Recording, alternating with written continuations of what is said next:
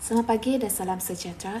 Saya Marshalla Davis, anak inggit BA 22110597 akan membentangkan soalan 6, iaitu bincangkan sebab musabab kebangkitan imperialisme Amerika Syarikat dari tahun 1877 sehingga tahun 1900.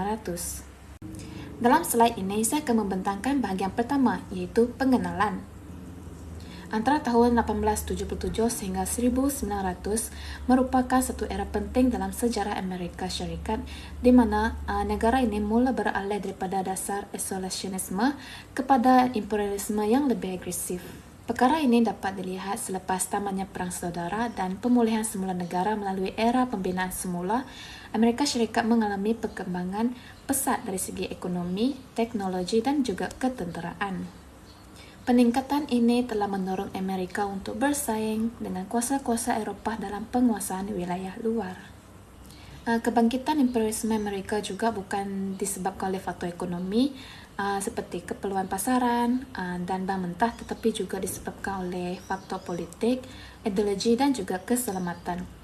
Di samping itu, wujud juga kepercayaan iaitu manifest destiny dan tanggungjawab moral mereka seperti menyebarkan tamadun yang telah menjadi justifikasi kepada peluasan kuasa Amerika. Yang pertama adalah dorongan ekonomi dan keperluan pasaran baru.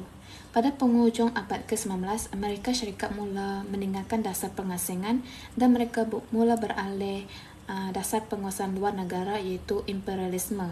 Jadi dalam hal ini, Amerika Syarikat mengalami kemajuan pesat dalam bidang perindustrian yang membawa kepada pengeluaran yang berlebihan, keperluan pasaran baru dan juga pencarian bahan mentah di luar Amerika.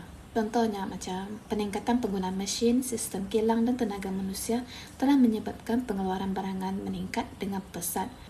Para pemilik industri dan kapitalis sudah mula mendesak kerajaan untuk mencari pasaran baru di luar negara bagi mengekalkan pertumbuhan ekonomi dan kestabilan industri. Selain memenuhi keperluan pasaran baru, industri berkembang pesat pada akhir abad ke-19 memerlukan bahan mentah dalam jumlah yang besar. Namun, sumber semula jadi yang tetap terdapat dalam negara sendiri tidak mencukupi bagi menampung keperluan industri berat seperti keluli, besi, tembaga dan juga getah. Jadi, Amerika Syarikat mula melihat ke luar negara, iaitu mencari wilayah yang kaya dengan sumber alam. Contohnya macam kawasan seperti Hawaii dan Filipina. Kerajaan Amerika Syarikat menjatuhkan pemerintah asal Hawaii dan merampas kuasa pentadbiran. Jadi pada tahun 1898, Hawaii secara rasmi menjadi sebahagian daripada wilayah Amerika Syarikat. Filipina pula menjadi jajahan Amerika selepas berlakunya perang antara Spanyol dan juga Amerika pada tahun 1888 juga. Walaupun alasan rasmi penaklukan Filipina adalah untuk membebaskan negara tersebut daripada penjajahan Spanyol, tapi hakikat sebenarnya ialah Amerika ingin menjadikan Filipina ini sebagai pangkalan ekonomi dan ketenteraan untuk memasuki pasaran di Asia. Seterusnya ialah pengaruh fahaman Darwinisme sosial dan juga manifest destiny.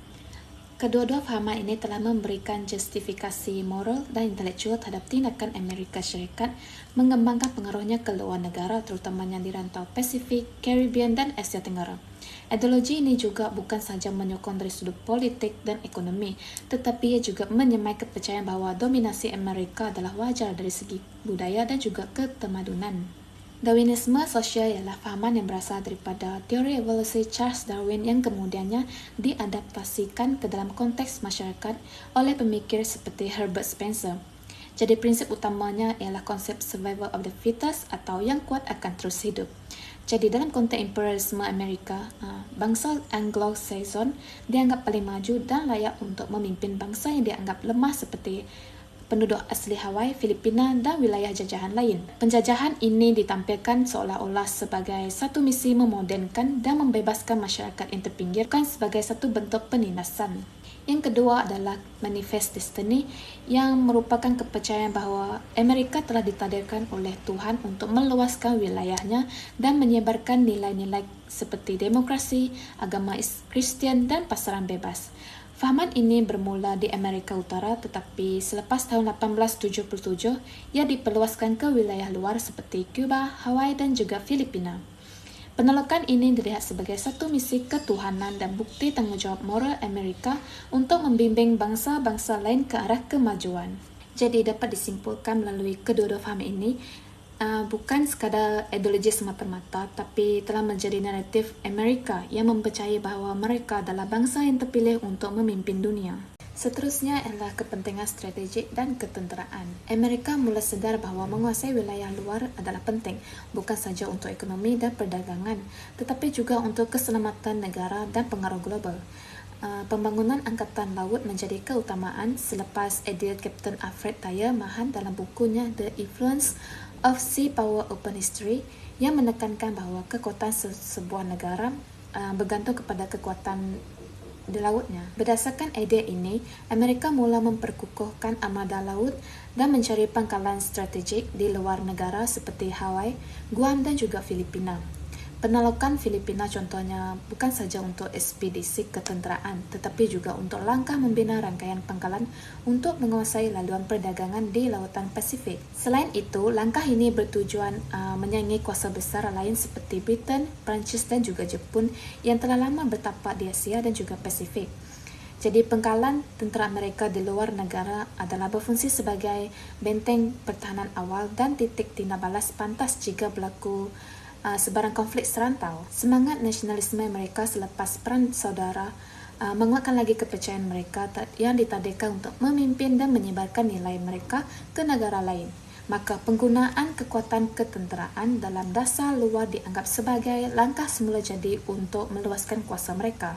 Semangat nasionalisme dan patriotisme juga menyumbang kepada kebangkitan imperialisme Amerika Syarikat. Selepas Perang Saudara, semangat nasionalisme Amerika semakin kuat. Amerika mula melihat dirinya sebagai sebuah kuasa yang bukan sahaja bersatu, tetapi juga mempunyai tanggungjawab moral untuk menyebarkan nilai-nilai seperti demokrasi, kebebasan dan kapitalisme. Jadi kepercayaan ini dikenali sebagai Manifest Destiny yang awalnya tertumpu kepada penguasaan benua Amerika Utara, tetapi kemudian ia berkembang kepada cita-cita global. Dalam masa yang sama, muncul juga American Exceptionalism, iaitu kepercayaan bahawa Amerika adalah negara istimewa yang patut memimpin dunia dari segi politik, ekonomi dan juga moral. Sistem pendidikan dan wacana politik ketika itu turut memainkan peranan besar. Sekolah-sekolah menekankan sejarah dan tokoh nasional untuk memupuk rasa bangga terhadap negara. Dalam politik, ahli politik pula menggunakan retorik patriotik untuk meraih sokongan rakyat dengan menekankan maruah negara dan tanggungjawab menyebarkan tamadun Amerika kepada bangsa lain yang dianggap lemah atau juga mundur.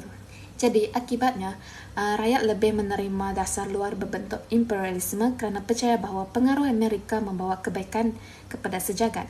Dengan kata lain, imperialisme ini bukan lagi dilihat sebagai penindasan tetapi sebagai satu misi yang suci. Tidak ketinggalan juga tokoh seperti Theodore Roosevelt turut mengukuhkan semangat ini melalui dasar Big Stick Policy, iaitu pendekatan diplomasi yang disokong dengan kekuatan ketenteraan. Semangat nasionalisme ini juga berjaya menyatukan rakyat Amerika yang berbilang kaum dalam satu projek yang bersama yang membanggakan, iaitu membina Empayar Amerika di luar negara. Seterusnya adalah persaingan dengan kuasa Imperial Barat. Amerika Syarikat menyadari bahawa kuasa-kuasa Barat seperti Britain, Perancis, Jerman sedang berlumba-lumba untuk memperluaskan jajahan mereka ke Afrika dan juga Asia. Amerika ini bimbang akan ketinggalan, jadi Amerika ini mula bertindak agresif untuk mendapatkan wilayah strategik dan juga pasaran baru. Sebagai contoh, Amerika menunjukkan minat terhadap rantau Timur Tengah termasuk Arab Saudi, Teluk Parsi kerana potensi perdagangan minyak. Campur tangan Amerika dalam konflik minyak di Persia menunjukkan niatnya untuk bersaing dan mengekalkan dominasi global. Jelas bahawa persaingan dengan kuasa imperial. Seterusnya adalah peranan media dan yellow journalism. Peranan media masa sangat penting dalam menyemarakkan semangat imperialisme Amerika. Akhbar seperti New York Journal dan New York World menggunakan pendekatan yellow journalism, iaitu laporan sensasi dan berat sebelah untuk mempengaruhi emosi rakyat. Contohnya, sebelum Perang Spanyol-Amerika pada tahun 1898, media telah membesar-besarkan kekejaman Spanyol di Cuba dan menyalahkan Spanyol atas letupan kapal USS Maine walaupun tiada bukti yang sahih. Slogan seperti Remember the Man, to Hell with Spain menyemarakkan kemarahan rakyat dan mendesak kerajaan bertindak. Jadi media menggambarkan Amerika sebagai penyelamat dan pembawa tamadun yang seterusnya memberi legitimasi moral kepada tindakan imperialisme. Jadi kesannya media bukan sekadar melaporkan tetapi menjadi alat propaganda yang membentuk dasar luar Amerika secara agresif. Yang seterusnya adalah faktor politik dan kepimpinan presiden. Kepimpinan Presiden William McKinley amat penting dalam kebangkitan imperialisme Amerika. Pada awalnya, beliau enggan berperang, namun tekanan media dan rakyat selepas insiden USS Maine menyebabkan beliau memimpin negara dalam perang antara Spanyol dan juga Amerika. Jadi, Perjanjian Paris pada tahun 1898 telah menjadikan Amerika pemilik Puerto Rico, Guam dan Filipina serta mengawal Cuba. McKinley telah mempertahankan penjajahan Filipina atas alasan moral untuk mendidik dan memajukan rakyatnya. Selain itu, beliau juga memperkenalkan open door policy di China untuk membuka pasaran luar kepada Amerika. McKinley turut memperkukuh tentera laut selaras dengan teori Alfred Mahan. Jelas bahawa kepimpinan beliau mengubah dasar luar Amerika daripada neutral kepada imperialis dan aktif di peringkat antarabangsa. Yang terakhir sekali adalah kemenangan dalam Perang Spanyol-Amerika pada tahun 1898. Kemenangan Amerika dalam Perang Spanyol-Amerika telah menjadi titik perubahan besar. Jadi pada awalnya, Amerika bertindak atas nama kemanusiaan untuk menyokong kebebasan Cuba dan Filipina daripada Spanyol. Namun selepas menang, Amerika mengambil alih wilayah Filipina, Guam dan Puerto Rico dan menjadi kuasa imperialis yang sebenar. Wilayah-wilayah ini penting dari segi ketenteraan, ekonomi dan laluan perdagangan ke Asia, termasuk juga China. Kemenangan ini bukan sahaja menunjukkan kekuatan Amerika, tetapi juga meningkatkan keyakinan untuk meluaskan pengaruhnya dan menandakan pemulaan empayar luar Amerika Syarikat. Secara kesimpulannya, kebangkitan imperialisme Amerika Syarikat antara tahun 1877 sehingga 1900 adalah hasil gabungan pelbagai faktor yang saling terkait rapat dan saling mengukuhkan. Jadi, dorongan ekonomi seperti keperluan terhadap pasaran baharu dan sumber bahan mentah memainkan peranan sangat penting dalam memperluaskan pengaruh luar Amerika. Pada masa yang sama juga, faktor ketenteraan dan politik telah mendorong Amerika untuk menyaingi kuasa besar Eropah serta memperkukuhkan kedudukannya sebagai kuasa di dunia.